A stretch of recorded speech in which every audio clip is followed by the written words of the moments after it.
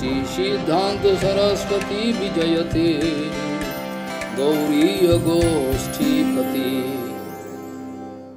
वंदे गुरुपदद्वन्द्वं भक्तबिंदसमन्वितं श्रीचैतन्य प्रभुं वंदे नित्यानन्दसहोदितं श्रीनन्दनन्दनं वन्दे राधिका चरणोदयं गोपीजनसमायुक्तं बिन्दावनं मनोहरं वाञ्छाकल्पतरुश्च कृपासिन्धुभ्यश्च पतितानं पावनेभ्यो वैष्णवेभ्यो नमो नमः। मूकं करोति वाचालं पङ्गुं लङ्घयितगिरिं यत्कृपातमहं वन्दे परमानन्दमाधवं। वृन्दावै तुलसीदेव वै पिया वै केशवस्य च कृष्णभक्तिपदे देवी सत्यवत्त्वयि नमो नमः।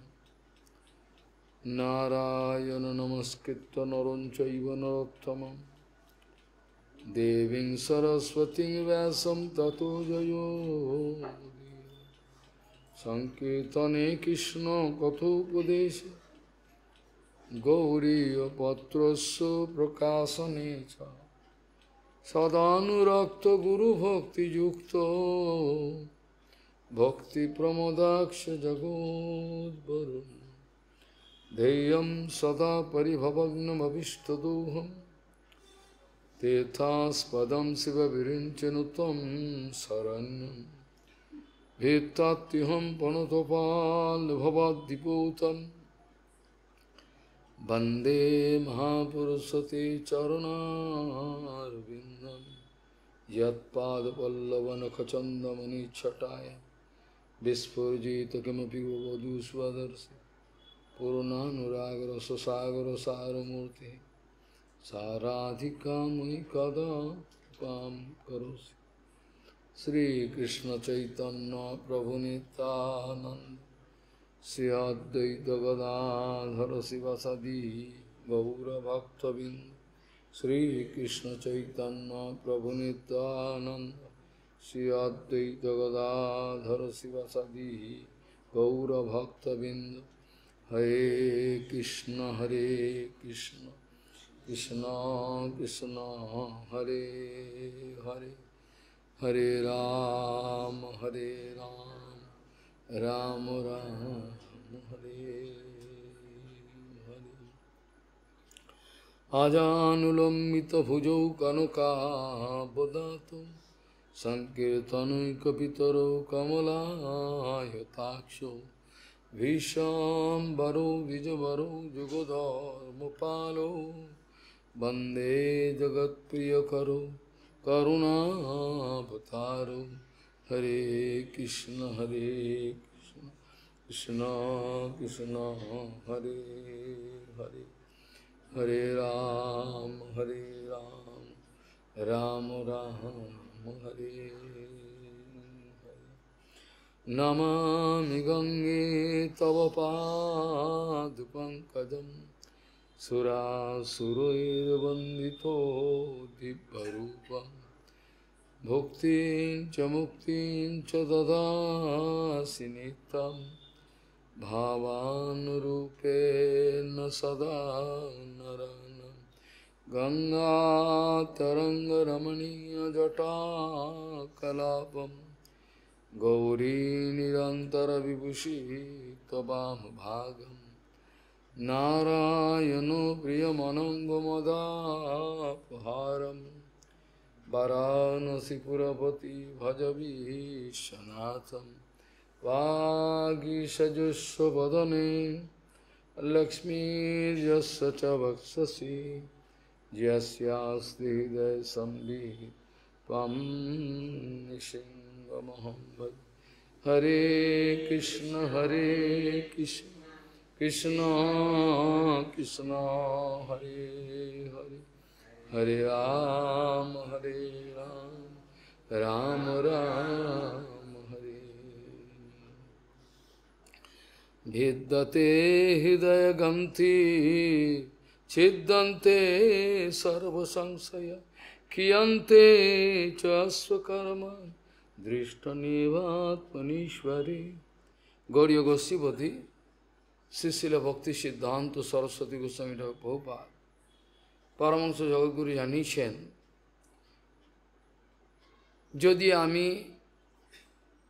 পরম মঙ্গলের রাস্তায় অগ্রসর হতে চাই, তাহলে নিশ্চিত পরিমাণে আমি জগতের যত লোকের পিতা মাতা ভাই বন্ধু যত বড় বড় ব্যক্তি আছেন তাদের উপদেশ, সেই সব উপদেশগুলোকে আমি উপেক্ষা করে একমাত্র সেই মহাজনের চরণে আমি শরণাগত হব, যার অধক্ষজ বস্তুর বিষয়ে প্রত্যক্ষ এবং পরোক্ষ সমস্ত জ্ঞান রয়েছে, তার চরণেই আমি তার কথাই আমি শ্রবণ করব।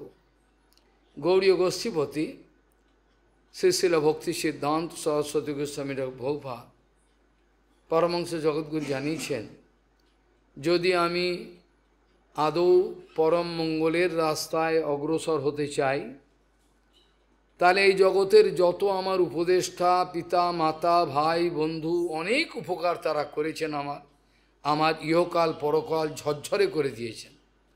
আমি তাদের কাউরই উপদেশ আমি গ্রহণ করব না, তাদের সকলের উপদেশগুলোকে উপেক্ষা করে একমাত্র সেই মহাজনের চরণে তার উপদেশ আমি গ্রহণ করব, যিনি অধক্ষজ বস্তু অপ্রাকৃত অধক্ষজ বস্তু সম্বন্ধে প্রত্যক্ষ এবং পরোক্ষ সব রকম যার অনুভব লাভ হয়েছে, এমন এক মহাপুরুষের চরণেই আমি নিজেকে আত্মনিবেদন, তার কথাই আমি শুনব।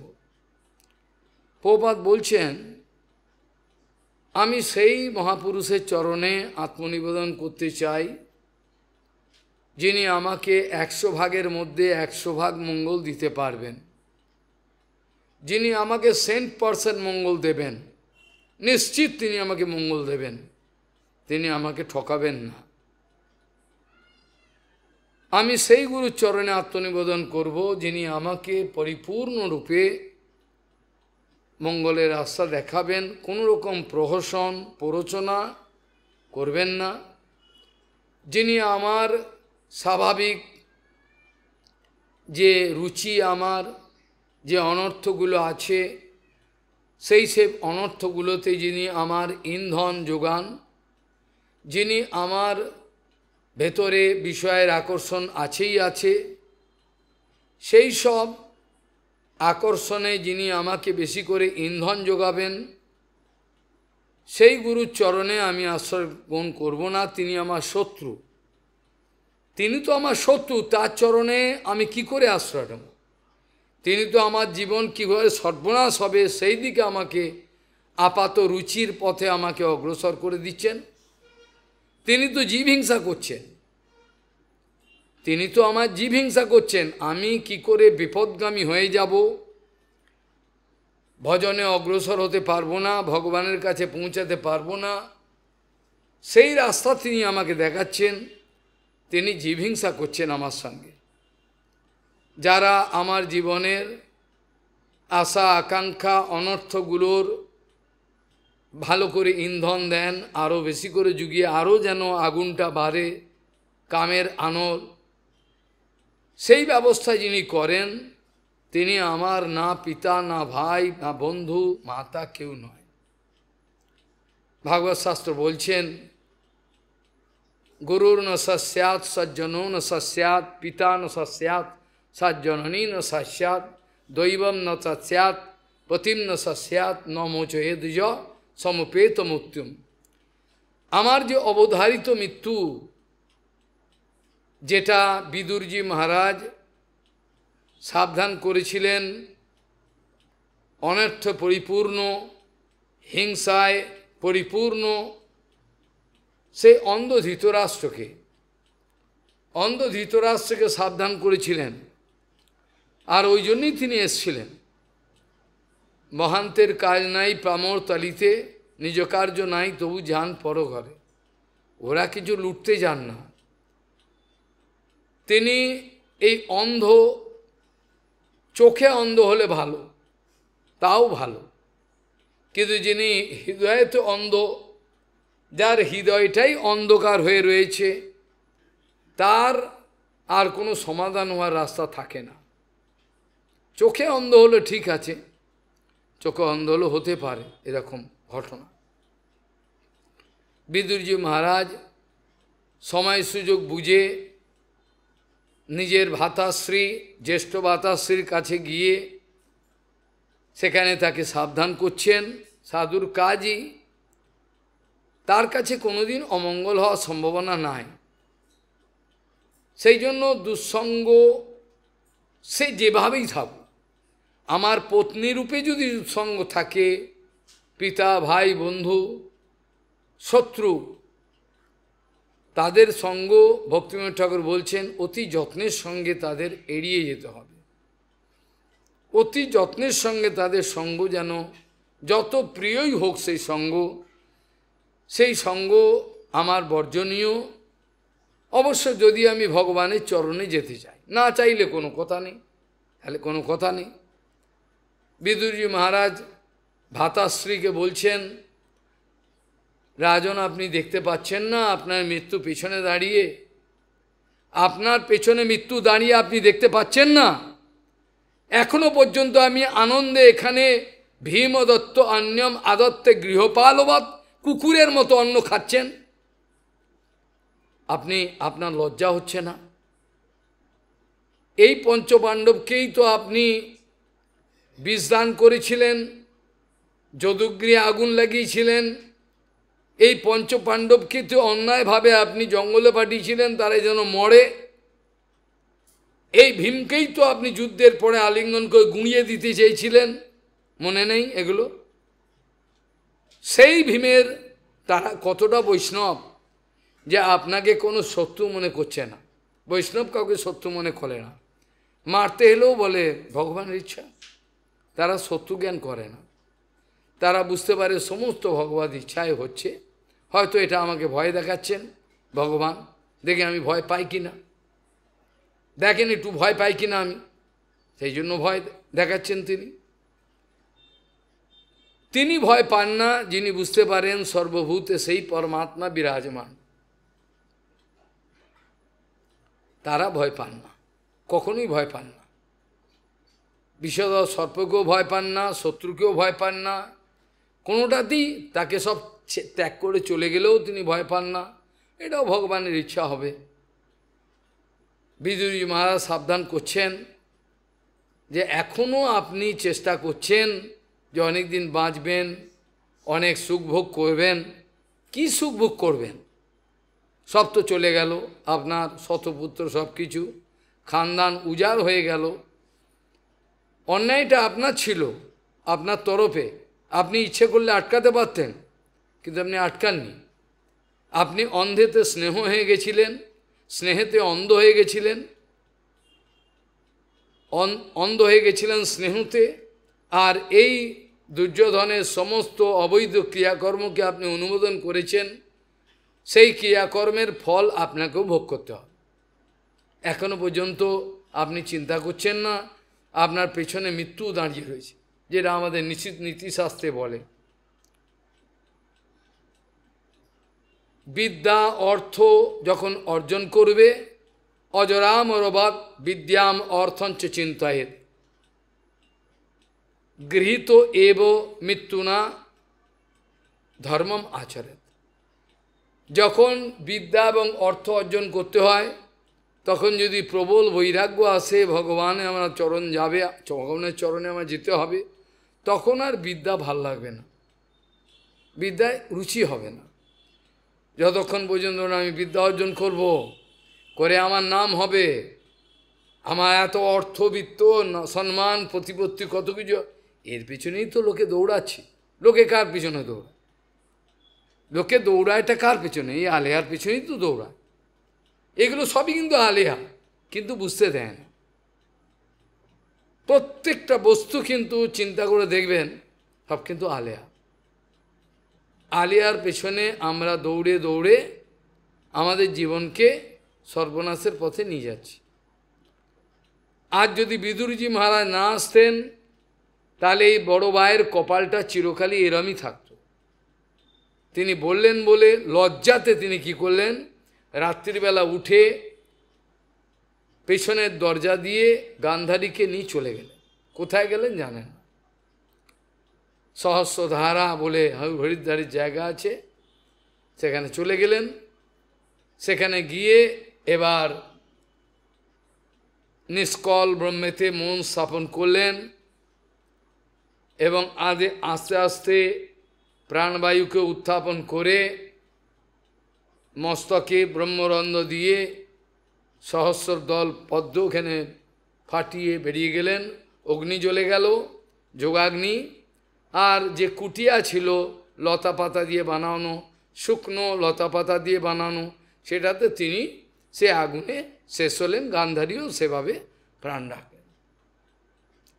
প্রভুপাদ বলছেন ভাগবতের কথা উত্থাপন করে, সে পিতা পিতা নয়, সে গুরু গুরু নয়,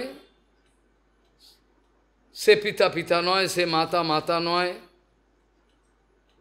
সে দৈব দেবতা সেই দেবতা নয়, সেই স্বামী সে স্বামী নয়, যিনি আমাকে সমুপেত মৃত্যু, আমার যে পেছনে মৃত্যু দাঁড়িয়ে রয়েছে, এই অনুভবটা যতক্ষণ না হবে ততক্ষণ বৈরাগ্য বলে কোনো বস্তু আসবে না, আসবে না। আর ভগবানের প্রতি তীব্র ভালোবাসার কারণেই যে বৈরাগ্যটা হয়, এটা হলো আসল বৈরাগ্য। ভগবদ অর্থে সমস্ত ভোগ্য বস্তু যেগুলো ছাড়া আমি চলতে পারতাম না, সেগুলোকে ত্যাগ করা যায়। ভগবানের প্রীতি অর্থে সব কিছুকে ত্যাগ করা যায়। ওই জন্য বিদ্যা অর্থ আদি যারা অর্জন করবেন, তারা অজরাম রবৎ বিদ্যাম অর্থঞ্চ চিন্তায়েত, বা ভাবে আমি অনেক কিছু, আমি মরবো না। রাবণ যেন ভাবেই নিয়ে মরতে হবে, আমি আর কি মরব। আর গৃহীত এব কেশে সুমৃত্যু না, মৃত্যুর দ্বারা আমার পেছনে টিকিটা টেনে রয়েছে, টিকিটা ধরে রয়েছে মৃত্যু। এই হলো বলে, এই গিলল বলে ঠক করে এইভাবে যখন সে চিন্তা করবে, তখন ভগবানের চরণে শরণাগত, তখন সে বলবে। শ্রীল প্রভুপাদ বলছেন, গুরু বৈষ্ণব যেমন অনুগ্রহ করতে পারেন, ঠিক তেমনভাবে গুরু বৈষ্ণব নিগ্রহ করতে পারেন। প্রভুপাদ বলছেন গুরু বৈষ্ণব নিগ্রহ এবং অনুগ্রহ দুটোই করতে পারেন। কেন? বলে কোটি মা বাবার ভালোবাসা তার মধ্যে রয়েছে, যার ক্ষমতা আছে প্রমাণ করে নিক। কোটি কোটি মা বাবা, প্রতি জন্মে লোকে পিতামাতা পায়, গুরু বৈষ্ণব নাহি মিলে ভজহ হিয়ায়, এ কথা বলেছেন। প্রতি জন্মেই লোকে মা বাবা, কুত্তা বেরোলো মা বাবা পায়, সব কিছু পায়, পশু জন্তু জানোয়ার মা বাবা ছাড়া হয় না। প্রতি জন্মে লোকে পিতামাতা পায়। অবশ্য অন্য জন্মের কথাও আমরা জানি, যেখানে আতপ চালকে রেখে দিলে অনেক দিন সেখান থেকে ক্যাঁকড়া বিছে তৈরি হয়, ক্যাঁকড়া বিছে, এই ধরনের জন্মও হয়। তবে ইউজুয়াল যেটা স্বাভাবিক হয় সেটাই আমরা বললাম।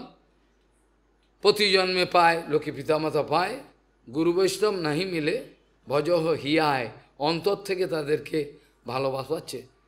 বস্তুর গুণাবলী না জানলে পরে কি ভালোবাসবে? বস্তুর গুণাবলী জানলে, তার মহিমা জানলে তবে ভালোবাসা হয়। হঠাৎ ভালোবাসা হয়ে আকাশ থেকে পড়বে নাকি? ভালোবাসা আকাশ থেকে পড়ে না। মহিমা জ্ঞান থেকে আমার বস্তু বিষয়ে আকর্ষণ হতে পারে, তা না তো হয় না। আমি জানি না কি আর করবে, বড় জোর দু চারটে কথা বলবে, এই পর্যন্ত কথা কি করতে পারে, এইটা আমার ধারণা। তাদের তীব্র অনুশাসন আমি যদি মেনে নিতে পারি, তাহলে এই জন্মেই আমি বেরিয়ে যেতে পারব, কিন্তু মানা অসম্ভব। তাদের অনুশাসন, তীব্র অনুশাসন যদি মেনে নেওয়া যায়, যেটা অত্যন্ত স্নেহের ফলে এসছিল, ওগুলো হিংসা করে আসেনি অন্তর থেকে। বাজারের লোক যেমন হিংসা করে সেরকম নয়, সেই সব অনুশাসনগুলো যদি আমি মেনে নিতে পারি, তাহলে এই জন্মেই আমার সমস্ত সমস্যার সমাধান হয়। ছিল জগন্নাথ দাস বাবাজি মহারাজ বলছেন, গুরু বৈষ্ণব যে তীব্র অনুশাসনের দ্বারা আমাদেরকে অনেক কড়া কথা বলেন, তাতে আমরা তাদেরকে ভুল বুঝি, শত্রু মনে করি। আজকে তাদের এই অপ্রাকৃত অনুশাসন যদি না থাকতো, আমার মতো পতিত ব্যক্তিকে কে উদ্ধার করত? কেউ তো দয়াল নাই, কেউ এমন দয়াল নাই। জগতের সমস্ত ভালোবাসার মধ্যে কোনো না কোনোভাবে স্বার্থ লুকিয়ে রয়েছে।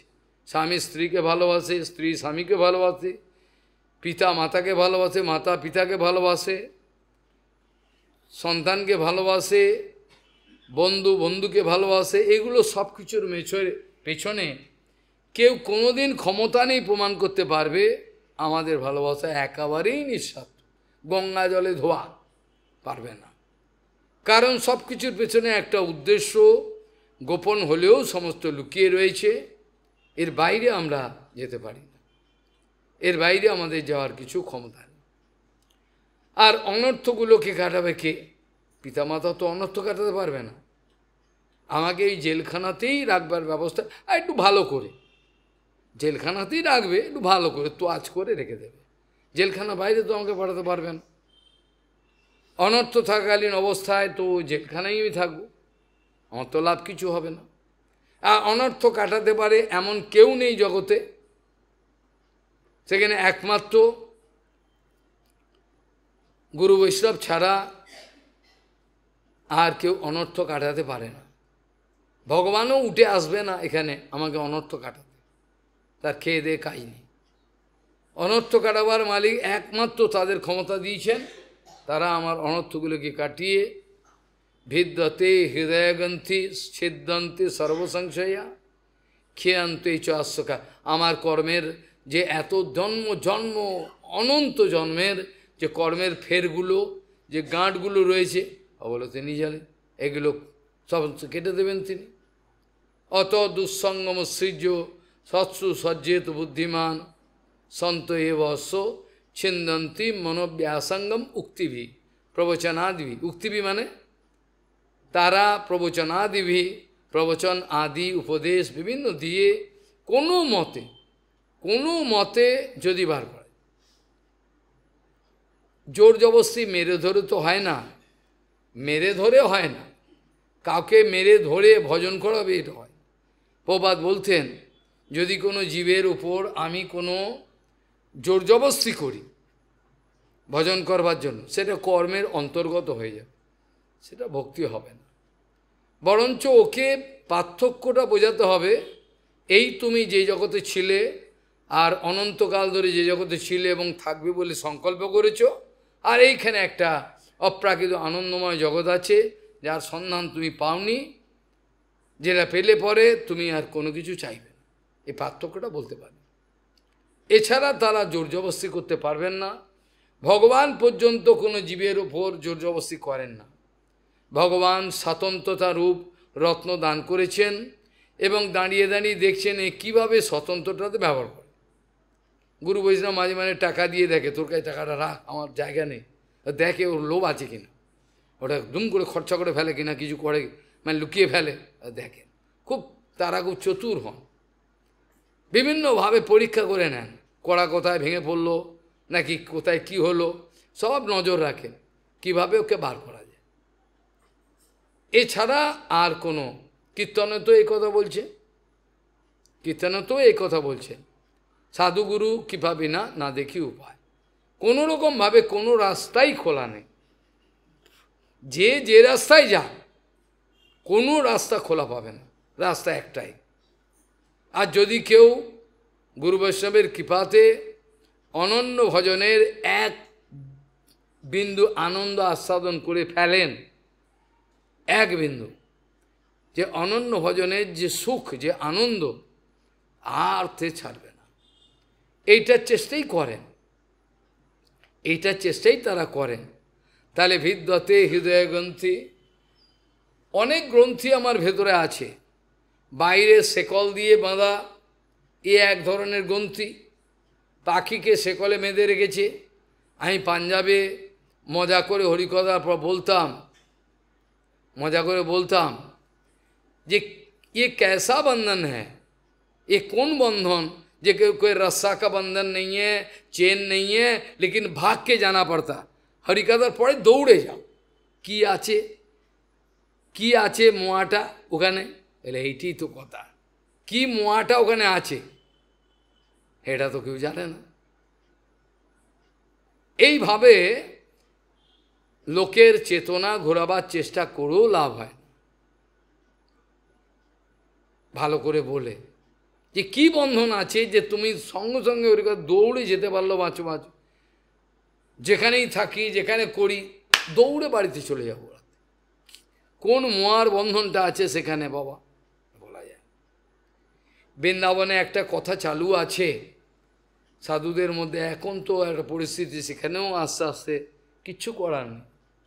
যখন থেকে এইসব যন্ত্রপাতি এসছে ব্যাস হয়ে পুঁজিবাটা পেলে হাট, অনুভবে যেতে দিচ্ছে না, ওই পর্যন্ত আটকে দিচ্ছে, অনুভবে যেতে দিচ্ছে, ওপরে উঠতে দিচ্ছে না, যে চিন্তার একটা বিশাল একটা গভীর চিন্তায় ডুবে যাবে, হতে দিচ্ছে না। বৃন্দাবনে একটা কথা আছে, अगर गर्दान दे के भी भगवान मिलता है तो भी सोचो कि बहुत सस्ता। যদি গলাটা দিয়ে পরে ভগবানকে পাওয়া যায়, এত সস্তা কি করে হলো? তাহলে ভগবান প্রাপ্তি যে কি বস্তু, এবার লোকে যদি যার বুদ্ধি আছে বিবেক আছে বুঝে নিক। এবার অনেক কষ্ট করেছেন প্রভুপাদ, অফুরন্ত। এ মানে আমাদের মনুষ্য জগতে যারা বাঁচবে এখন পরে তারা শোধ করতে পারবে না। তারপরেও তিনি কত লোককে উদ্ধার করলেন, পারলেন। জীব এমন অবস্থা শেষ মুহূর্তে জালে উঠে পড়েছে, তারপর জাল ছেড়ে চলে যাবে। মায়া এমনই প্রবল, জালে উঠে পড়ে প্রায় উঠে পড়েছে, আর জাল ছিঁড়ে বেরিয়ে চলে যাবে, মায়াতে গিয়ে ঝাঁপ দিয়ে। কিচ্ছু করার, মায়ারে করিয়া জয় ছাড়ানো না যায়, সাধুগুরু কৃপা বিনা না দেখি উপায়, কিচ্ছু করার নেই। কালকে আমরা আলোচনা প্রসঙ্গে অপ্রাকৃত শব্দের অনুশীলনের কথা বলছিলাম, সেটাও আমি ইচ্ছা মতো করতে পারবো না। গুরু বৈষ্ণবের করুণা হলে যখন সেই অপ্রাকৃত শব্দ ব্রহ্ম যিনি ভগবান তিনি আমার উপর করুণা করবেন, তখন হবে কি, জিহ্বার অগ্রেতে চলে, হ্যাঁ, শব্দরূপে নাচে অনুক্ষণ, এটা তার জীবনে হবে। তখন অপ্রাকৃত শব্দ ব্রহ্ম তার জিহ্বায় ক্লান্তিহীনভাবে নৃত্য করবে, সর্বদা নৃত্য করছে। এই অবস্থাটা প্রাপ্তি হওয়ার জন্য, যেটা আমাদের গুরুবর্গের ছিল, আমরা দিন রাত প্রার্থনা করি ভগবানের কাছে এটা যেন হয়। আপনার অনুকীর্তন করতে করতে যেন শরীর যায়, এইটা আমাদের জীবনের সার্থকতা। অন্য কিছুতে সার্থকতা নেই, কোনো বাহাদুরিতে সার্থকতা থাকবে না। বিদ্যতে হৃদয় গন্তি সিদ্ধান্তি সর্বসংশয়া, কত হৃদয়ের মধ্যে গন্ডি আছে, অবিদ্যা, অস্মিতা, অহমিতা, মমতা, সব দেখতে পাই না, এই গ্রন্থগুলো দেখা যায়। আমি অনেকবার ভগবানের ইচ্ছায় বিশ্বনাথ চক্রবর্তীবাদ আদি অনেক ইঙ্গিত করেছেন বিভিন্ন জায়গায়। আমাদের বন্ধন, আমরা যে পর্যায়ে রয়েছি, যে পর্যায়ে রয়েছি সেই অনুপাতে আমাদের বন্ধন। আমরা মনে করি বন্ধন রয়েছে, কিন্তু সম্মান, সন্ন্যাসীর বন্ধন সম্মানের ব্যাপার, সন্ন্যাসীও বন্ধন, কিন্তু সোনার শেকলে। সন্ন্যাসীর বন্ধনটা হলো সোনার শেকলে, ও বন্ধন। সন্ন্যাসী এখনো বেরোতে পারেনি। আমরা বিগত দিন আলোচনা করছিলাম, মনে আছে না, যেটা সন্ন্যাসের দ্বারাও সম্ভব না ভগবান বলেছেন, বিগত দিন আলোচনা এরা হতে পারে। সেই জন্য বলছেন সন্ন্যাস, তার বন্ধনটা হলো সোনার শেকলে। সোনার শেকলে হলে কি, সোনার শেকলেও তো বন্ধনই, আর কি, হ্যাঁ হয়তো একটু সম্মান, ওনার শেকলটা হচ্ছে সোনার। আর কাউর যদি রূপোর শৃঙ্খল হয়, রূপোর চেন হয়, তাহলে রূপোর শৃঙ্খল এসে বাঁধা রয়েছে, বোঝা গেল। আর যে একেবারে যে তথাকথিত ভক্ত, তার রূপোর শৃঙ্খল রয়েছে, রূপ দিয়ে সেও বাঁধা, বন্ধনের বাইরে নেই। আর জড়জগতের লোক যেগুলো আমরা ছাঁটাই করা লোক, তো আমরা বলি দেবো এরা বন্ধনে রয়েছে, তাদের বন্ধনটা লোহাস্যে করে। কত লোককে দেখেছি, কত ব্রহ্মচারী সন্ন্যাসী পচা গৃহস্থ পচা গৃহস্থ পচা বলতে বলতে নিজেই পচা গৃহস্থ হয়ে গেলেন। কত শাস্ত্র জানেন, কত বড় বড় কথা, আমার সঙ্গেও কাজ করতেন, বাস হয়ে গেল। পচা গৃহস্থ লোককে বলছি। আমার ভেতরে যে গৃহধর্ম রয়েছে, আমার এখনও গৃহব্রত ধর্ম রয়েছে, সেটা আমার জানা নেই, আমি অপরের সমালোচনা করে দিলাম, ফলে সেই দোষ আমার মধ্যে চলে এলো, ব্যাস হয়ে গেল চিৎ ফটা, কিচ্ছু করার। কাজেই সোনার শিকলে বন্ধন, রূপর শিকলে বন্ধন, আর লোহার শিকলে বন্ধন, সবই বন্ধন। বিশ্বনাথ চক্রবর্তী এক জায়গায় লিখছেন যে যখন গুরু বৈষ্ণবের সন্নিধানে থেকে ধীরে ধীরে আস্তে আস্তে চেষ্টা করছে, তার বন্ধনটা যাচ্ছে, অবশ্য তার মধ্যে ধৈর্য নাই, ধৈর্যটা গ্রহণ করা, কি বলছে এটা আমার মঙ্গল হবে, ধৈর্য নাই, তথাপি যেভাবে হোক ধীরে ধীরে গুরু বৈষ্ণব যে কোনোভাবেই ভালোবেসে এবার গ্রন্থিটা কাটছেন, শেকলটা। কিন্তু শেকল কাটাকালীন অবস্থাও সে ছটফট করছে, কই আমার ব্যথা তো যাচ্ছে না, কই আমার বন্ধন লাগছে আমার গায়ে। সে বুঝতে পারছে না, আরে বাবা অপেক্ষা কর, তোর বন্ধনটা যাচ্ছে, বন্ধনটা যাচ্ছে, একটু অপেক্ষা, পুরো শেকলটা পুরো না কাটা হলে তুই মুক্ত হবি না। এখন আমি কাটছি, অর্ধেক হয়েছে, তো বন্ধনটা তো রয়েছে, এটা বুঝতে পারছে না, এটা বুঝতে পারছে না। বন্ধনটা যতক্ষণ পুরো না কাটা হচ্ছে ততক্ষণ শেকলটা অর্ধেক কেটেছে, কিন্তু সে বন্ধন তো সেই রয়েছে, ও বুঝতে পারছে না। ভেতরে যে উন্নতি হচ্ছে গুরু বৈষ্ণব দেখছে, কিন্তু ধৈর্য রাখতে পারে, ও আমার দ্বারা হবে না, এত কষ্ট হয়, পালাম, সব শেষ হয়ে গেল, ধৈর্য হারিয়ে ফেললো। বলতে ভালো লাগে বিষয়ে যে আমার প্রীতি এবে আছয়ে আমার, সেই মতো বলতে খুব ভালো লাগে, কিন্তু বিষয়াসক্ত চিত্তানাম কৃষ্ণাবেশ সুদূর, হয়তো মেমোরি পাওয়ার ভালো, অনেক মুখস্থ করে ফেলবে, কিন্তু অনুভব তো পাবে না। ভাবের ঘরে চুরি, মাধবেন্দ্র পুরী, ভাব ঘরে চুরি না কইল জানো সদায়। প্রভুপাদ বলছেন মাধবেন্দ্র পুরী কিন্তু ভাব ঘরে চুরি করিনি, আর শুদ্ধ গুরু বৈষ্ণব ভাব ঘরে চুরি করে না।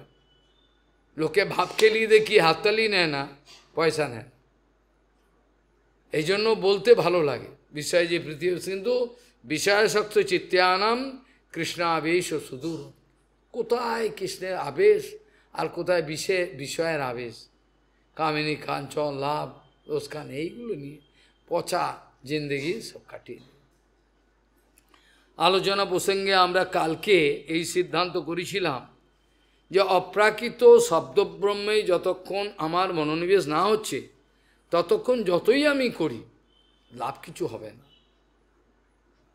অপ্রাকৃত শব্দব্রহ্মর সম্বন্ধে রূপগোস্বামীপাদ বলছেন বাচ্যবাচকম ভবতা সর্বোদয়ম পূর্বস্মাৎ ওপি পর, মানে পূর্বেরটার থেকে পর, অর্থাৎ তোমার স্বরূপ আর শব্দ স্বরূপ দুরকম স্বরূপ তোমার জগতে তুমি রেখেছ, কিন্তু তার মধ্যে বাণী স্বরূপ অনেক ওপরে, সেটার দ্বারা তোমার করুণা আরও বেশি প্রচারিত হয়। কারণ তোমার স্বরূপ কেউ নাও জানতে পারে। আমি একটা গৌরাঙ্গের বিগ্রহকে আফ্রিকার জঙ্গলে রেখে এলাম, টিউনিশিয়া রোডেশিয়া কোনো জায়গায়, কোনো সেখানকার কালো নিগ্রো কী করলো, ওখানে ওটা থেকে বলে পুতুল ভাবলো, ওই খেলতে আরম্ভ করলো, কিছুদিন দুম করে টান মেরে ফেলে দিল, ও তো জানে না। কিন্তু যে ব্যক্তি গৌরাঙ্গের মহিমা, যে কথাটা একটু আগে বুঝি, মহিমা জ্ঞান থেকে আমার আদর হয়। আমি জানি টাকা পয়সা কামিনী কঞ্চন কত সুখ হয়, এই মহিমা জ্ঞান জানি, তাই স্বাভাবিক আমার টাকা পয়সা কামিনী কঞ্চন, মহিমা জ্ঞান থেকে আমার আকর্ষণ আসবে। মহিমা জ্ঞান জানি না, আমার কী হবে গুরু ঘোড়াটি কড়া কড়া কথা বলে, কি হবে, কি দেখে এরম বলবে, কি বলবে। এই জন্য বলছে মহিমা জ্ঞান না হলে হয় না। যে কথাটা রূপ গোস্বামীপাদ বলছেন, আপনার দুই স্বরূপে আপনি অনেক স্বরূপে আছেন, কিন্তু প্রধান আপনার বিগ্রহ, আপনার যে নিজস্ব স্বরূপ কখনো আবির্ভাব হতে পারে, আর বাণীর স্বরূপ, দুই স্বরূপের মধ্যে বাণীর স্বরূপ অনেক করুণা, অনেক করুণা। কেন বাণী স্বরূপের উচ্চারণের দ্বারা কত মুচি, ম্যাথর, ডোম, চারাল সব কৃষ্ণ নাম বলতে বলতে উদ্ধার হয়ে গেল। কোনো জাতপাতের কোনো কিছু নাই। যেই ভজে সেই বড়, অভক্ত ইনসার, কৃষ্ণ ভজনে নাহি জাতকুলাদি বিচার। অতি নিম্ন মানের, অতি নিম্ন সমাজের নিচু প্রকৃতি, তা হলেও সে বেরিয়ে যায়। কৃষ্ণ ভজনে দেখা যায় হুন, পুলিন্দ, অত্যন্ত নিকৃষ্ট সেই সব কন্যাগুলো কৃষ্ণকে ভালোবাসে, কৃষ্ণ তাদেরকে ফেলেননি। ওই জন্য ভাবগ্রাহী জনার্দন কার কত বাহাদুরি, এটার থেকে আরও দেখেন সবই দরকার, নিশ্চয়ই প্রচারের জন্য সবই দরকার, দরকার নেই সেটা বলা যায়। কিন্তু প্রশ্ন হলো ভগবান দেখেন কার ভাবটা কত, কি ভাবটা আছে এটা থেকে। কাজেই ভগবৎ স্বরূপের মহিমা আমাকে জানাবে ভগবানের যে শব্দব্রহ্ম, শব্দের দ্বারা আমি জানতে পারবো। আমি যে আজ গৌরাঙ্গের মহিমা গুরুদেব আমাকে জানিয়েছেন, বৈষ্ণবরা, আমি তো শব্দের মাধ্যমে জেনেছি। কাজেই জীব গোস্বামীপাদ বেদান্ত আলোচনা হচ্ছিল, সমস্ত প্রমাণের থেকে প্রত্যক্ষ, অনুমান আদি সমস্ত প্রমাণের মধ্যে শব্দ প্রমাণম শ্রেষ্ঠ, এর ওপরে কিছু নাই, শব্দ প্রমাণই শ্রেষ্ঠ। আমনায় প্রাহ তথ্যম হরিমিহ সর্বশক্তি রসাদিন, এই যে আমরা জানি এটা সর্বশ্রেষ্ঠ, এর ওপরে আর কিছু হয় না।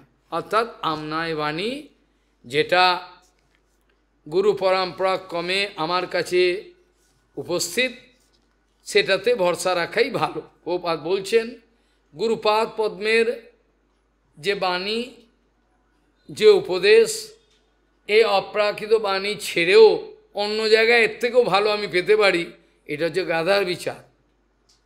গুরুপাদ পদ্মের যে বাণী যিনি উপদেশ করছেন, এর থেকেও অনেক ভালো আমি পেতে পারি, এটা হচ্ছে মায়ার বিচার। গুরুপাদ পদ্মের বাণীকে মানে উল্লঙ্ঘন করে আমি আরও অনেক ভালো ভালো পেতে পারি, এটা হচ্ছে মায়ার বিচার। এগুলো গুরুচরণের নিষ্ঠার বিচার নয়। কালকে আমরা বলেছিলাম ভগবান বলছেন পরমাত্মা রূপে তিনি থাকেন, অদ্বৈত জ্ঞান তত্ত্বের এইটি গভীর রহস্য, সমস্ত কিছুতেই তিনি বিরাজমান আছেন। কালকে বলেছেন তিনি যে ভগবান বলছেন জীব রূপে, অর্থাৎ শক্তি মতর অভেদ, এই বিচারে ভগবান বলছেন জীব হৃদয়ের মধ্যে প্রবিষ্ট হয়ে আমি কিভাবে করেন সেটা বলছেন। পরমাত্মার যে স্মরণ নিতে বলেছি, এই কারণে বলেছি তিনি জীব রূপে দেহস্থ আধার চক্র, বিভিন্ন চক্র আছে। এক হচ্ছে মূলাধার চক্র, চক্রের মধ্যে যেটা আমাদের এই যে শিরদাঁড়া যেখানে শেষ হচ্ছে, এটা মূলাধার চক্র। এখান থেকে এই মাথা থেকে যত নার্ভাস সিস্টেম, জালের মতো অসংখ্য নার্ভাস, সেগুলো এখান থেকে, এই যেমন আমাদের কনসিল লাইন আমরা করি লাইটের, যখন ঢালাই হয় তখন বড় বড় পাইপ সেখানে ফেলা থাকে, তার ভেতর দিয়ে এবার তারের গুচ্ছ তার চলে যায়, এবার মেন থেকে বিভিন্ন জায়গায় আমাদের সঞ্চারিত হয়ে যায়, ঘরে, বাথরুমে, বিভিন্ন জায়গায়। ঠিক সেরকম মস্তিষ্কের এই যে সিস্টেম, সেখান থেকে অসংখ্য, এখানে সহস্র দল আছে। এইখান থেকে সমস্ত কিছু যত আছে নার্ভাস সিস্টেম, সমস্ত এই আমাদের শিরদাঁড়ার মধ্যে থেকে যে একটা লাইন গেছে, তার মধ্যে সমস্ত শরীরে ছড়িয়ে পড়েছে। আমাদের ওঠা বসা চলা, কোনো সাড়া দেওয়া, খাওয়া, উৎসর্গ অর্থাৎ মলমূত্র উৎসর্গ যা কিছু করছি, সব কিছু এই কিভাবে সঞ্চালিত হচ্ছে এর রহস্য কেউ জানে না। কালকে তিনি বলেছেন ভগবানে, দেখো আমি নিজেকে ব্যপ্ত করে 6টা চক্রের মধ্যে অবস্থান করে জীবদেহকে চালাই সব কিছু। তিনি প্রথমে শব্দায়মান প্রাণময় পরমাত্মার সঙ্গে আধার আদি চক্রে প্রবেশ করেন। আধার চক্র, অনেক চক্র আছে, মূল আধার, অনাহত, মণিপুর, আধার চক্র, বিশুদ্ধ, নাভি চক্র, অনেক কিছু। এগুলো যোগী যারা যারা যোগ সাধনগুলা বেশি এগুলো জানেন, আমাদের ভক্তরা অত সব মাথা ঘামান না এই নিয়ে। কাজেই এখানে ভগবান বলছেন স এষ জীব প্রবড় প্রসূতি প্রাণেন ঘোষেণ গুহাম প্রবিষ্ট মনোময়ম সূক্ষ্মম উপেত্ত রূপম মাত্রা সরোবর্ণ ইতিস্তবিত। কালকে মাত্রা আদি বর্ণের ব্যাপারেও বলা হয়েছে। কোনো কিছু উচ্চারণ করতে গেলে কতটা সময় লাগে, হর্ষ মধ্যম স্বর যেটা যেরমভাবে লাগে সেই অনুপাতে উচ্চারণ করতে হয়, যেটা দীর্ঘ স্বরের মাধ্যমে বলতে হয় সেটা হর্ষরও বলা যায় না, হয় না। এইভাবে ভগবান বলছেন যে ব্রহ্মার হৃদয়েতে এই বেদ আমি কিন্তু শব্দরূপে আমি, এটা ষষ্ঠ স্কন্ধেতে তিনি আমরা প্রমাণ পাই। সেখানে বলছেন বেদস্য ঈশ্বর আত্মত্বাৎ তত্র মহ্যন্তে সুরয়। বেদ ঈশ্বর বলে তার ব্যাপারে কোনো মাথা ঘামানো যায় না। এই জন্য ঋষিমুনিরাও সেখানে ঘাবড়ে যান। এর মানেটা কি? বেদে অনেক কিছু বলা আছে, কিন্তু বেদের অর্থবিদ লোক বর্তমানে জগতে প্রায় সুদূর্লভ।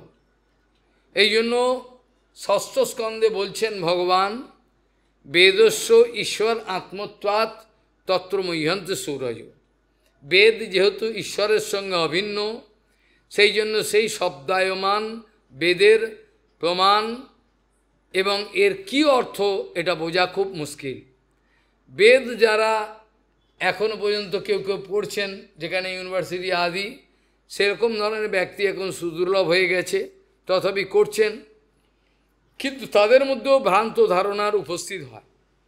কখনো আমি এই বেদান্ত সূত্রে আলোচনাতেই বলছিলাম কখনো ইন্দ্র বলছেন যে আমার কাছে আসো, আমি সব বরুণ বলছেন, এখন সেটা কিভাবে বলছেন?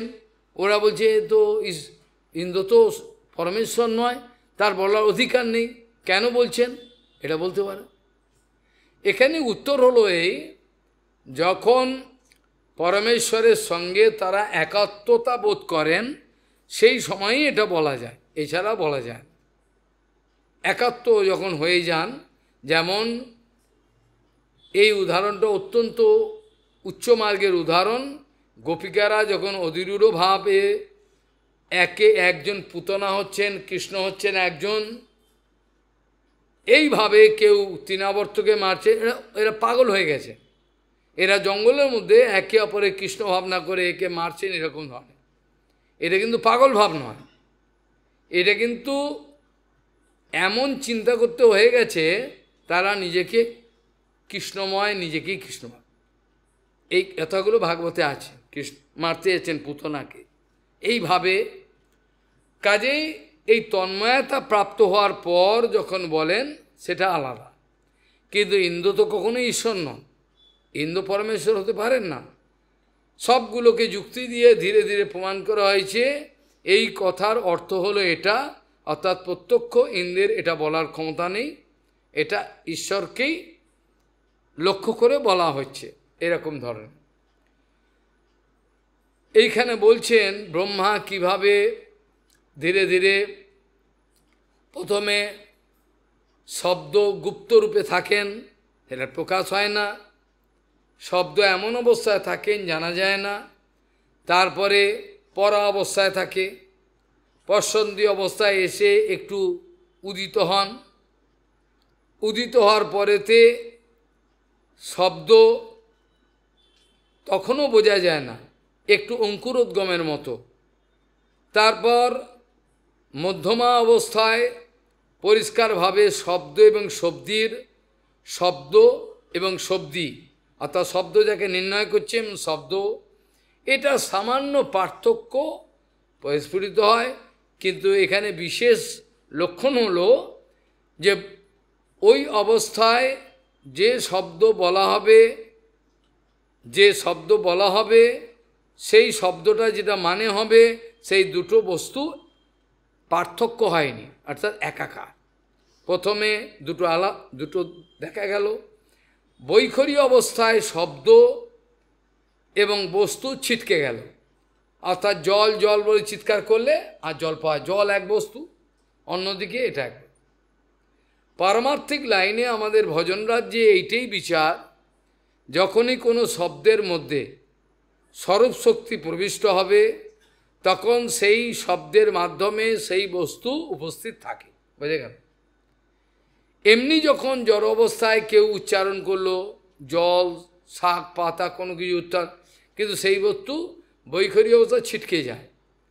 আমরা বিভিন্ন ভাষায়, এই পৃথিবীতে কত ভাষা আছে আমার জানা নেই, কিন্তু বিভিন্ন ভাষায় আমরা যেটাকে জল বলি, ওরাও নিশ্চয়ই কোনো একটা জল শব্দ, কোনো একটা শব্দের দ্বারা জল নির্ণয় করে। যেমন রাশিয়াতে জলকে বাদা বলা হয়, বাদা বলা হয়, হিন্দিতে পানি বলা হয়, তো এইভাবে জল বলছেন, কেউ ওয়াটার বলছেন, কিন্তু এগুলো সব জড় শব্দ। এই শব্দ এবং বস্তুর মধ্যে কোনো মিল নাই, সব ছিটকে। কিন্তু শ্রীল মাধবেন্দু পরিবার যদি বাংলাই বলুন আর সংস্কৃত বলুন আর যাই বলুন, মাধবেন্দু পরিবার যখন কথা বলছেন ওর মধ্যে স্বরূপ শক্তি ঢুকে পড়েছে। এই স্বরূপ শক্তির আশ্চর্য শক্তির জন্য মাধবেন্দু পরিবার যখন বৃন্দাবন বলে কাঁদছেন, মাথায় হাত দিয়ে কাঁদছেন, তখন মাধবেন্দু পরিবারের শব্দের সঙ্গে বৃন্দাবন উপস্থিত রয়েছেন এবং কৃষ্ণ নিজে উপস্থিত রয়েছে, বোঝা গেল? কৃষ্ণও আছে, কৃষ্ণ, গোবিন্দ, বৃন্দাবন কাঁদছেন যখন, তখন কিন্তু বৃন্দাবন ওখানে উপস্থিত হয়েছে সূক্ষ্মরূপে, প্রত্যক্ষ দেখা যাবে না, তিনি দেখতে পাচ্ছেন, এবং ভগবানও উপস্থিত রয়েছেন। শব্দের সম্বন্ধে কালকে আলোচনা করা হয়েছিলাম। এখানে বলেছিলাম ভগবান ব্রহ্মবস্তু শব্দরূপে আছেন, এটাও ঠিক, এটা আছেন। এরপরে ভগবান বলছেন তাহলে কিভাবে এই বেদ পরিস্ফুটিত হলো, চারটে মুখ থেকে পরিস্ফুটিত হলো ধীরে ধীরে উপরে গিয়ে, তারপর বৈখরী রূপ ধারণ করে জগতের শব্দরূপে আমাদের কাছে এলো। ভগবান বলছেন উদ্ধবকে যথা অনলহ খে অনিল বন্ধুরুষ্মা বলেন দারুণী অধিমত্থমান অনুহু প্রজাতো হবিষা সমিদ্ধতে তথৈব মে ব্যাক্টেরিয়াম হি বাণী। আমার যে শব্দ এইভাবে আস্তে আস্তে জগতের মধ্যে প্রকাশিত হয়, ঠিক যেমনভাবে অনল মানে হলো কি, অনল মানে আগুন, আর অনিল মানে হলো বায়ু, অনিল হলো বায়ু, আর অনল হলো আগুন। ভগবান বলছে যথা অনলহ, ঠিক যেমনভাবে সূর্যের তাপেতে বায়ুমণ্ডলের মধ্যে তাপ সৃষ্টি হয়, তাপ হয়তো গরম বায়ু, তার ভেতরে কিন্তু অগ্নি লুকিয়ে রয়েছে। আমাদের শরীরের ভেতরে কিন্তু অগ্নি আছে, আমরা দেখতে পাচ্ছি না। অগ্নি আছে বলেই আমাদের তাপ আমরা পাই। খাদ্য খাবারের যে জারণ হয় বৈশ্বানর অগ্নিরূপে, ভগবান গীতাতে বলছেন বৈশ্বানর অগ্নিরূপে আমি চব্যচস্য লেহ পেহ সব আমি জারণ করি, আমি বৈশ্বানর অগ্নিরূপে, সবই ভগবান। এইভাবে ভগবান বলছেন যথা অনল আগুন, আকাশের মধ্যে বায়ু সঞ্চালন যখন হয়, তার সূর্যের তাপে যে বায়ু গরম হয়, সেই বায়ু গরম বায়ু থাকে। আর দারুণী অর্থাৎ কাঠের মধ্যে, শুকনো কাষ্ঠের মধ্যে যদি কোনোভাবে ঘর্ষণ হয়, একটা স্ফুলিঙ্গ মাত্র যদি উদয় হয় আর তাতে যদি দহন দাহ্য পদার্থর যোগ হয়, তাহলে আগুন ওই ক্ষুদ্র একটা চিঙ্গারি থেকে বিশাল আকার ধারণ করবে। ওই ক্ষুদ্র একটা পেট্রোল ট্যাঙ্কে একটা ক্ষুদ্র চিঙ্গারি ফুলিঙ্গ হাত করে দেখো, পুরো একবারে জ্বলে। তাহলে ঠিক সেইভাবে যখন ক্ষুদ্র চিঙ্গারি রূপে উপস্থিত হলো, কিন্তু যদি হবিষা সমিদ্ধতে, তার মধ্যে যদি ঘৃতাহুতি দাও বা কোনো তেল বা কোনো কিছু দাহ্য পদার্থ, তাহলে এটা প্রকাশিত হয়ে যাবে। ঠিক এইভাবে প্রথমে পরা অবস্থায় গুপ্তরূপে রয়েছে, তার প্রকাশ নেই, পরশন্তিতে একটু প্রকাশ হলো, তারপরে শব্দ শব্দের পুরো পার্থক্যটা বোঝা গেল, কিন্তু হলেও শব্দ শব্দই পার্থক্য হয়েও একাকার। যখন কি বললাম আমি, পরা পশ্যন্তি মধ্যমা অবস্থায় আলাদা হলো, কিন্তু হলেও এই শব্দ বললেই শব্দী বস্তু উপস্থিত থাকবে, কিন্তু বৈখারী অবস্থায় শব্দ ছিটকে গেল, শব্দ এক জায়গায় আর বস্তু এক জায়গায়। যে কোনো দেশ যে কোনো শব্দের দ্বারা জলটাকে বলতে পারে, ফুলকে বলতে পারে, আমাকে আবার সেটা শিখতে হবে। ইংরেজিতে ফুলকে ফ্লাওয়ার বলে, এটা আমার শিখতে হবে, নাহলে হবে না, এটা হবে না তো অপ্রাকৃতিক জগতে। কিন্তু কিভাবে, এখানে তো আমাকে ফ্লাওয়ার শিখতে হবে, ওকে ফুলকে ফ্লাওয়ার বলে। কিন্তু যখন প্রদ্যুম্ন ব্রহ্মচারী এই ফুলের মাধ্যমে রাস্তা বিছিয়ে দেওয়ার চেষ্টা করেছিলেন, গৌরাঙ্গ মহাপ্রভু বৃন্দাবন যাবেন, পুরো রাস্তা রত্ন বেদী জলাশয় এই ধ্যানে বসে সব করে দিচ্ছেন, পুরো রাস্তা জলাশয় আদি ফুল দিয়ে বেছিয়ে দিয়ে, বৃন্তহীন, তাও বৃন্ত নেই। এটা সত্যি সত্যি কি করে হলো? চৈতন্য ভাগবতে আছে সব প্রমাণ, এটা সম্ভব। যখন কেউ সেরকমভাবে তন্ময় হয়ে চিন্তা করে, যোগীরা কি করে পায়, ওগুলো যোগের সিদ্ধি জানে ওরা। ভক্তদের মধ্যে আমাদের প্রদ্যুম্ন ব্রহ্মচারী কি করে করলো, ফুল দিয়ে ভেজিয়ে দিল। এইভাবে বলছেন ধীরে ধীরে আমার এই বাণী, বেদ যেটাকে বলা হয় বেদ, যেটা আগের নাম ছিল শ্রুতি, বেদের আরেক নাম শ্রুতি ছিল। বেদের আরেক নাম শ্রুতি ছিল কি কারণে? কারণ আগে শ্রবণ করে করেই মানুষ মনে রাখতে পারত, এখন আর পারে না। আগে শ্রবণ করে করেই সব মনে থাকতো, যা কিছু বলতো গুরু শিষ্য পরম্পরা ক্রমে এইভাবে লেখাজোখা থাকতো না। পরবর্তীকালে বিপর্যয় হবে জেনে ধীরে ধীরে এগুলো সব লেখাজোখার ব্যবস্থা হয়েছে। এগুলো আর পারবে না, মেধা কমে যাবে, চিন্তাশক্তি কমে যাবে, স্মরণ নাই, কিচ্ছু নাই। কলিকালে জীব অন্ন একবেলা না পেলেই খেদলে পড়লো সঙ্গে সঙ্গে, আর পারবে না। এইগুলো এরম হয়, কিচ্ছু করার নেই।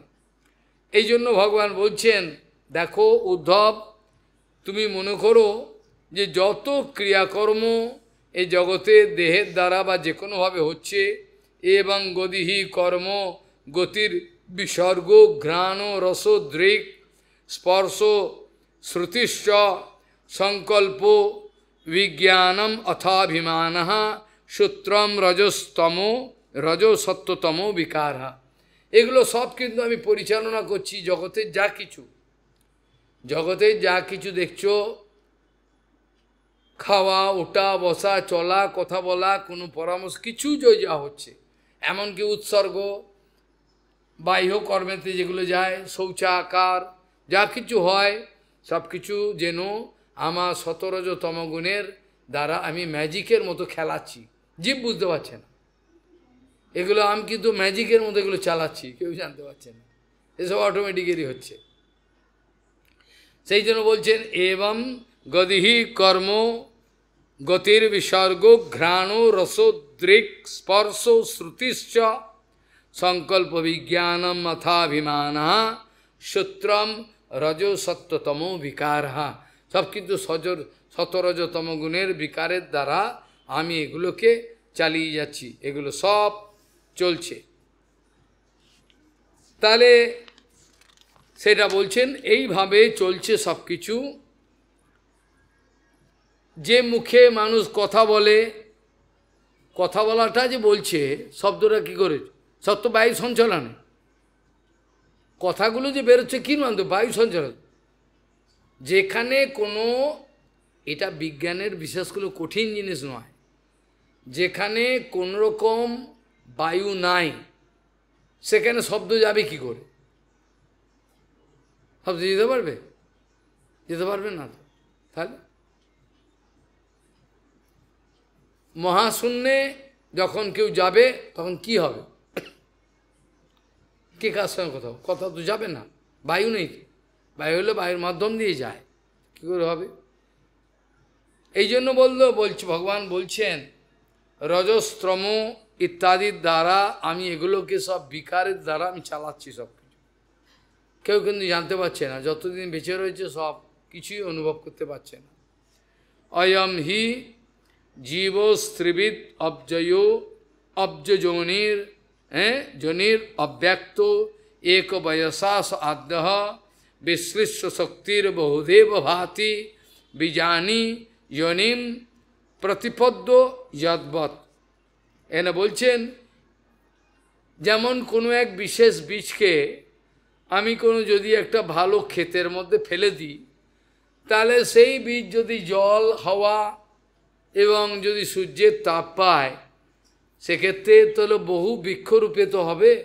যদি একরকম বীজ ফেলি একরকম হবে, যদি বহু রকম বীজ আমি ফেলে দিই, তাহলে কোনোটা থেকে নিম গাছ হবে, কোনোটা থেকে আম গাছ হবে, কাঁঠাল গাছ হবে, বিভিন্ন রকম বীজ যদি ফেলি। ঠিক সেরকম ভগবান বলছেন যে দেখো, এটা পরে আসছি, আমি আগে শ্লোকের কথা বলছি। মুখে কথা বলা, হাতে কাজ করা, চরণের গতি, পায়ু উদরপস্থের বেগ, যেগুলো মলমূত্র ত্যাগ আদি, নাসিকার ঘ্রাণ, রসনার আস্বাদন, এটা টক মিষ্টি ভালো লাগছে সব কিছু, চক্ষুর দর্শন, ত্বকে স্পর্শের আনন্দ নেওয়া, কর্ণের শ্রবণ, মনের বল, যা কিছু বুদ্ধির, মনের সংকল্প, বুদ্ধির বিজ্ঞান, অহংকারের অভিমান, এ সমস্ত কিছু মায়ার যে ত্রিগুণ এর বিকারের দ্বারা হচ্ছে। এগুলো সব কিন্তু প্রকৃতির অন্তর্গত বিষয়, এগুলো প্রতিবারই আমরা জানি। ভূমিরপ অনল বায়ু খং মন বুদ্ধির এবছ অহংকার ইতিয়ং মে প্রকৃতির অষ্টদা, এইভাবে হয়। এই আমার কিন্তু রজসত্তম বিকারের অভিব্যক্তি, এগুলো কিভাবে বিজ্ঞান ভিত্তিকভাবে হচ্ছে এগুলো বাইরের লোক জানতে পারে না। তারপর বলছেন যেমনভাবে উদ্ধব বীজ যেমন ক্ষেত্রে পতিত হলে বহু বহু বৃক্ষ প্রকাশিত হয়, তদ্রূপ লোক কারণভূত এই একমাত্র অব্যক্ত আদিজীব, যে জীবকে চোখে দেখা যায় না কিন্তু একমাত্র কোনো শরীরের মধ্যে প্রবিষ্ট হলে তখনই দেখা যায়। কি ভগবান গীতাতে বলছেন, অগ্রে অব্যক্ত রয়েছে, মধ্যে ব্যক্ত, শেষে আবার অব্যক্ত। ভগবান এই উদাহরণ দিয়েছে। প্রথমে আমরা জানি না কোন জীবাত্মা এই মায়ের গর্ভে জন্মগ্রহণ করবে, হয়ে গেল জন্ম, তখন থেকে জানতে পারি একটা শরীরে একটা আকার আকৃতি আছে, এইটি আমার ছেলে, বাকি কেউ আমার ছেলে নয়, হয়ে গেল। এবার মন আকর্ষণ হলো, ওইভাবে থাকলো। সেইভাবে ভগবান বলছেন যেমন বৃক্ষের বীজ যেমন জমিতে পতিত হলে বিভিন্ন রকম বীজ যদি আমি রোপণ করি, ফেলে দিই, তাহলে বিভিন্ন বৃক্ষ হবে, বিভিন্ন রকম বৃক্ষ হয়ে থাকে।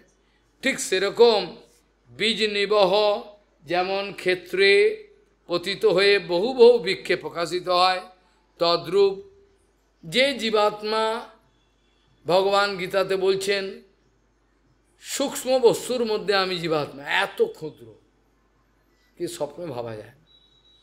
কেবল একটা হাতির শরীরে ঢুকলো হাতি হয়ে গেল, বাঘের শরীরে ঢুকলো বাঘ হয়ে গেল, তার নেচার অনুযায়ী পেয়ে যাচ্ছে, প্রকৃতি পেয়ে যাচ্ছে। এইভাবে বলছেন ভগবান বলছেন তদ্রূপ লোক কারণভূত এ একমাত্র অব্যক্ত আদি জীবাত্মা, আদি মানে অনাদিকাল ধরে তো জীবাত্মা রয়েছে। জীব সত্যাদি ত্রিগুণাশ্রয়ে যথা কালে চক্ষুর আদি ইন্দ্রিয় আস্তে আস্তে তো পরিস্ফুট হয়। প্রথমে এই ফিটাস থাকে, ফিটাস না গর্ভে, প্রথমে বায়োলজিক্যাল সায়েন্স বলে জাইগোট ফরমেশন, তারপরে আস্তে আস্তে প্রথমেই হয় মস্তক আদি, ধীরে ধীরে ধীরে ধীরে পুরো শরীর ভেতরে গর্ভেতে তৈরি হয়, তারপর বায়ুর প্রভাবে এবার বাইরে নিক্ষিপ্ত হয়, এইটাই নিয়ম। এইভাবে প্রত্যেক ইন্দ্রিয়ের যে ক্রিয়াকর্মগুলো এবার আস্তে আস্তে বিভক্ত হয়, প্রথমে তো অ্যাক্টিভ থাকে না, আস্তে আস্তে ইন্দ্রিয়ের ক্রিয়াকর্মগুলো ব্যক্ত হতে থাকে, আস্তে আস্তে বিভক্ত হয়ে কার কিরকম সংস্কার, কে কিরকম ধরনের ইন্দ্রিয়গ্রাম আদি শরীর পেল, সে অনুপাতে কাউর দেব জন্ম হলো, কাউ অসুর জন্ম হলো, কেউ মানব জন্ম হলো, মানুষের মধ্যে আবার কোল ভিল সাঁওতাল আদি কার কি জন্ম হলো, সেই কিরম কর্মফলে হচ্ছে। ভগবান বলছে একটা জাদু চলছে, খালি এই বীজ পড়লো, পড়ার সঙ্গে সঙ্গে ব্যাস উৎপন্ন হয়ে গেল। প্রথমে অব্যক্ত, ভগবান গীতাতে অর্জুনকে বলছেন দেখো এই জীবাত্মা রহস্যময়, প্রথমে অব্যক্ত, হঠাৎ ব্যক্ত হয়ে গেল, আবার মরে গেল, ব্যক্ত কোথায় চলে গেল, আর কেঁদে মরলেও আর সেই পিতামাতা আসবে না, আসবে কি? আমি যে চুল ছিঁড়ি মা এসো পাওয়া যায়, কোথায় চলে গেল, আর পাবো না। কাজেই এই ক্ষণিকের যে সম্বন্ধ, এটা অনুভব করার মতো ব্যক্তি খুবই কম। প্রত্যক্ষ কিন্তু চোখের সামনে করলে করতে পারে, কিন্তু হবে না, হচ্ছে না অনুভব, এইখানেই ভেজাল লুকিয়ে রয়েছে। তাহলে এখানে ভগবান বলছেন দেব মানব আদি দৈত্যকে কি জন্ম নেবে তা সেরকম হবে। ভগবান বলছেন অয়ম হি জীব স্ত্রীবিদ অব্জয় নিরব্যক্ত एको वयसास आद्यः विश्लिष्ट शक्तिर बहुदेव भाति বিজানি যৌনিম প্রতিপদ্য যদ্বৎ, এইভাবে বলছে। উদ্ধব এই জগৎ যে কি রহস্যময়ভাবে চলছে কল্পনা করতে পারবে না। যেমন যারা তাঁতের কাজ করেছেন তারা জানেন কিভাবে একটা সুতোর সঙ্গে পায়ে খাট করছেন, একটা সুতো পয়েন্ট হয়ে আস্তে আস্তে অটোমেটিক্যালি হচ্ছে। এখন অবশ্য যন্ত্রের যুগ হয়েছে, টেক্সটাইল মেশিনের মতো হু করে সব কাপড় বেরোচ্ছে, মেশিন হয়ে গেছে এখন, আগে সব তাড়াতাড়ি হতো। এই একটা কাপড় নির্মাণ যদি হয়, ভগবান বলছেন যদি কোনো কাপড় নির্মাণ হয়, যেটা বলতে গিয়ে ভগবান বলছেন যস্মিন ইদম প্রতম অশেষম ওতম পটু, কি বলছে ওতপ্রত, তো এই শব্দটাকে বলছেন যস্মিন ইদম প্রতম অশেষম ওতম পটো যথা তন্তু বৃতানো সংস্থা।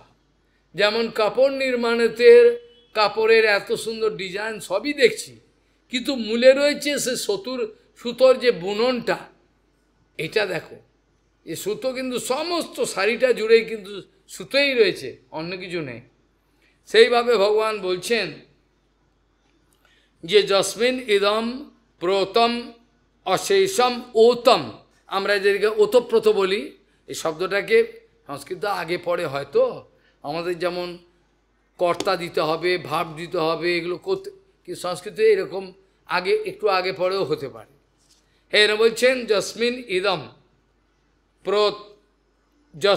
ইদম প্রতম অশেষম ওতম পটো যথা তন্তু বিতানো সংস্থঃ এষো সংসার তরুহু পুরাণঃ কর্মাত্মকঃ পুষ্পফলে প্রসূতে। এনা বলছেন দেখো এই উপাদান কারণভূত দীর্ঘ এই যে শাড়ি হলো, এর মধ্যে যে সমস্ত কিছুর মধ্যে তন্তু, এর মধ্যে সুতো ছাড়া কিন্তু কিছু নেই, সুতোই রয়েছে। তদ্রূপ এই বিশ্বতে ওতপ্রোতভাবে বিরাজিত কে রয়েছেন? কে রয়েছেন? তিনি রয়েছেন। সেই অনাদি ঈশ্বর কর্মাত্মক সংসার রূপ ভক্তি এবং মুক্তি যে ফল ফুল প্রসব করে, জীবাত্মা তার অনাদি কর্মফলে পরিভবার নবজলে তরিবারে না দেখি উপায়। আশাপাশ শত শত ক্লেশ দেয় অবিরত, প্রবৃত্ত উর্মিরও তাহে খেলা। এইগুলোই কিন্তু বলছি। ওগুলো দেখুন কত গম্ভীর এই শাস্ত্রের বিচার। আমরা তাদের চরণে চিরকৃতজ্ঞ। কি করে এত গম্ভীর জিনিসগুলো ওরা কীর্তনের দুটো চারটে লাইনের মধ্যে বলে দিলেন। কীর্তনের লাইনের মধ্যে অত সোজাভাবে বলে দিলেন। অথচ এখানে বোঝা মানে গভীরভাবে বুঝতে হবে তত্ত্ববিজ্ঞান। ও কীর্তনের মাধ্যমে সোজা বলে দিলেন, বুঝিয়ে দিলেন। এই মহাজনগণের এগুলো হচ্ছে কৃপা। কিভাবে তারা করেন তারাই জানে। এরা বলছেন এই যে সংসার বৃক্ষ দেখছো, এর ওতপ্রোতভাবে সেখানে সেই ব্রহ্মবস্তুই রয়েছে, অন্য কিছুই নেই। কিন্তু নজরে পড়বে না। পড়বে কি? জ্ঞান চক্ষু উন্মিলন করে যখন কেউ তাকাবে তখন সব দেখতে পাবে। বিষয় ধুলাতে যার অন্ধ হয়ে গেছে চোখ, সে দেখতে পায় না। কিন্তু দিব্য জ্ঞানের উন্মিলন হলে তখন অনায়াসে দেখা যায়, সব অনুভব করা যায়। সে ছোট বড় বলে কথা নেই।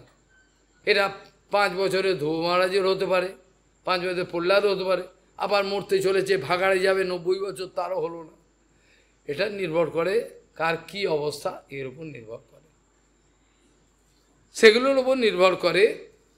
ভগবান বলছেন দেখো এই সংসার বৃক্ষের মধ্যে সমস্ত এই যে কর্মফল আদি দেখা যাচ্ছে, কর্মাত্মক পুষ্পফলে প্রসূতে, প্রসূত মানে জন্ম নিচ্ছে এইভাবে সব কিছু। তার মধ্যে এই বৃক্ষের একটু বর্ণনা দিচ্ছেন সুন্দরভাবে। বলছেন দে অশ্ব কস্য বৃক্ষস্য। বৃক্ষ অ্যাকচুয়ালি পুংলিঙ্গ। সব শব্দ কী লিঙ্গ কখন হবে এগুলো ওখানে কোনো নিশ্চয় করে বলা যায় না। এগুলো উৎপত্তি, শব্দ যে শব্দ উৎপত্তি হয়েছে কীভাবে সেই উপরে লিঙ্গ হয়। আমি আগেও বলেছি না, দ্বারা শব্দ হচ্ছে পুংলিঙ্গ, স্ত্রী শব্দ স্ত্রীলিঙ্গ, হ্যাঁ, কলত্র এটা হচ্ছে ক্লীবলিঙ্গ। একই মানে, কিন্তু কলত্র মানে হচ্ছে স্ত্রী আর কিছু না। কিন্তু এগুলো শব্দ কোন জায়গাতে কখন এসছে উৎপত্তি, এই রুট অনুযায়ী এর নির্ণয় হয়। অন্য কোনো বাহাদুরি চলে না, এখানে এর চলে না। তারপর যে দে অশ্ব বীজে শত মূল স্ত্রী নালহ পঞ্চস্কন্দ পঞ্চরস প্রসূতি দশৈক শাখো দ্বি সুপর্ণ নীড় স্ত্রী বলকো, হ্যাঁ, বলকলো আদি ফল অর্ক প্রবিষ্ট। এখানে বলছেন সেই অনাদি প্রবৃত্তি বিশিষ্ট সেই বৃক্ষের যে পাপ পুণ্য দুইটা বীজ আছে, অপরিমিত বাসনা, বাসনার কোনো শেষ নেই, অনাদিকাল ধরে সেই অপরিমিত বাসনা। তার মূলটা কি? বাসনাই তো মূল। বাসনার থেকেই তো তার সংসার বন্ধন যাচ্ছে না। তাহলে বাসনাকেই দায়ী করবে। আমার এই জন্মের জন্য কে দায়ী? বাসনামূল, বাসনাই জন্মের। তারা তো এতদিনে গুরু বৈষ্ণবের আবির্ভাব যেটা হয় সেটা হলো আমাদের শিক্ষা দেওয়ার জন্য, তাদের জন্ম কর্মফল ভোগ করার জন্য নয়। বাকি কিন্তু সমস্ত জীবের ক্ষেত্রে এটা প্রযোজ্য। অবশ্যমেব ভক্তব্য কৃতকর্ম শোভাশুভম। ভালো মন্দ যে কর্মই, পুত্র ছেলে মেয়ে স্ত্রী ভাই বন্ধু, যে কর্ম বিস্তার করবে তাকেই ভোগ করতে হবে। কোনো পিতা নেবে না, কেউ নেবে না, তাকেই ভোগ করতে হবে। একমাত্র গুরু বৈষ্ণব যখন, তাদের কাছে যখন আমি শরণাগত হয়ে দীক্ষা নিই, তখন দীক্ষা কথার অর্থতে বলছেন সমস্ত কিছু আমার জ্বালিয়ে দেবে, সমস্ত কিছু তখন জ্বালিয়ে দেবে। দীক্ষার মানে হলো দিব্য জ্ঞান যত দদ্যাৎ কুরিয়াত পাপস্য সংশয়ম, আমার অনাদিকালের কর্মবাসনা পাপ সেগুলো সব এবার সে যদি আনুগত্য ঠিকমতো করে ভালো, আমার নাহলে আবার জন্ম হবে, কিছু করার নেই। কিন্তু দীক্ষাগতর মানেই গুরুপাদ পদ্ম তার সমস্ত কিছু নিয়ে পুড়িয়ে দেন নিজের এত বল। যে গুরুপাদ পদ্ম অপরকে উদ্ধার করতে গিয়ে নিজেই পতিত হন, তাকে পতিত উদ্ধারণ বন্ধু বলা যায় না, যায় কি?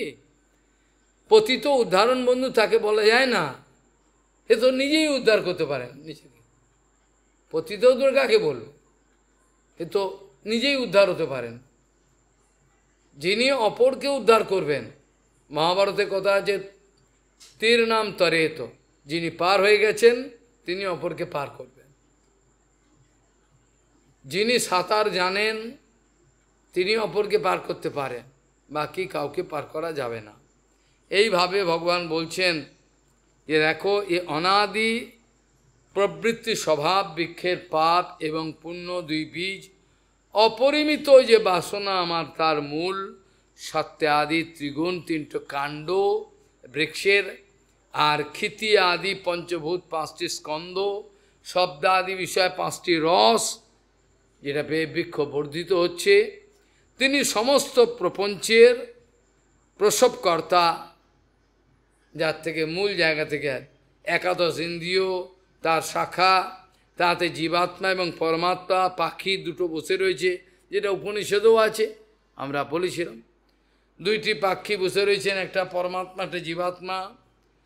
পরমাত্মা সেই বৃক্ষের সুখ দুঃখরূপ ফল খান না, কিন্তু জীবাত্মা এই ফল আস্বাদন করেন, অর্থাৎ কখনো দুঃখী কখনো সুখী, এইভাবে নিরন্তর চলে।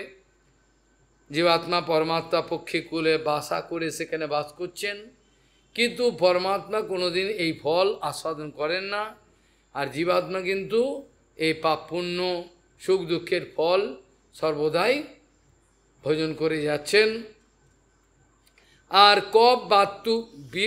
কপ পিত্ত বাত, এই তিনটে বলকল, গাছে যে ছাল হয় না দেখেছেন, গাছে বয়স যত হবে ছাল ছাড়ে, ছাল বলকল রূপ, আর দুঃখ সুখ দুটো ফল। আর তিনি সূর্যমণ্ডল পর্যন্ত ব্যাপ্ত হয়ে রয়েছেন, চরাচর। কোথা থেকে এই বৃক্ষ কীভাবে হলো, বিশাল ব্যাপার। এইভাবে বলছেন দে অশ্ববীজে শতমূল স্ত্রীনালহ পঞ্চস্কন্ধ পঞ্চরস প্রসূতি দশৈক শাখো দ্বি সুপর্ণ নীড় স্ত্রী বলকলো দ্বি ফলো और कम प्रविष्ट, সূর্যমণ্ডল পর্যন্ত প্রাণীর সঞ্চার বিশাল, এই সংসার চক্র এগুলো চলছে। অদন্তি চৈকম, এই একই কথা বলছেন যেটা উপনিষদে আছে, যেটা আমি বললাম, এই কথাটাই বলছেন। অদন্তি চৈকম ফলমস্ব গৃধ্বা গ্রামে চরা একম অরণ্যবাসা হংসা একম বহুরূপম ইজ্জৈর মায়াময়ম বেদো সবেদো বেদম। এনে বলছেন যে এই আদি এই বৃক্ষের মধ্যে দুটো পাখি বাসা করেছেন। একজন নিরন্ন, কোনো কিছু ভোজন করেন না, কোনো কিছু নেন না, কোনো কিছুই না, এই বৃক্ষের সুখ দুঃখ। গ্রামবাসী, গ্রামে চড়া কাকে বলা হয়? যারা গ্রামবাসী, গ্রাম্য, যেমন মহাপ্রভু গ্রাম্য সুখ বলেন, গ্রামবাসী মানে তো গ্রাম্য সুখ নিয়ে থাকে। এইটি লক্ষ্য করে বলছেন যে একটা পাখি গ্রামে চড়া, অর্থাৎ গ্রাম্য সুখ ভোগ করেন, কিছু করার নেই। আর একটা অরণ্য বাসে সন্ন্যাসী, সুখ আর আনন্দ, অপ্রাকৃত আনন্দরূপ এটা আস্বাদন করেন। আর বাকি যে বৃক্ষটা, যে পক্ষী, এ দুঃখ ভোগ করতে থাকেন, ফল আস্বাদন করেন। যিনি পরম পূজ্য ও গুরুজনের নিকট বহুরূপ মায়াময় সংসারে এই তত্ত্ববিদ হন, অর্থাৎ সেই জীবাত্মা যিনি শুদ্ধ গুরু বৈষ্ণবের কাছে আত্মনিবেদনের মাধ্যমে যদি এই গোপন সংসারের তত্ত্ব রহস্য জানতে পারেন, তিনি জানবেন যে বেদের গোপন অর্থ জেনেছেন। তাকেই বলা হবে বেদের যে গুপ্ত রহস্য, এটা জানতে পেরেছে।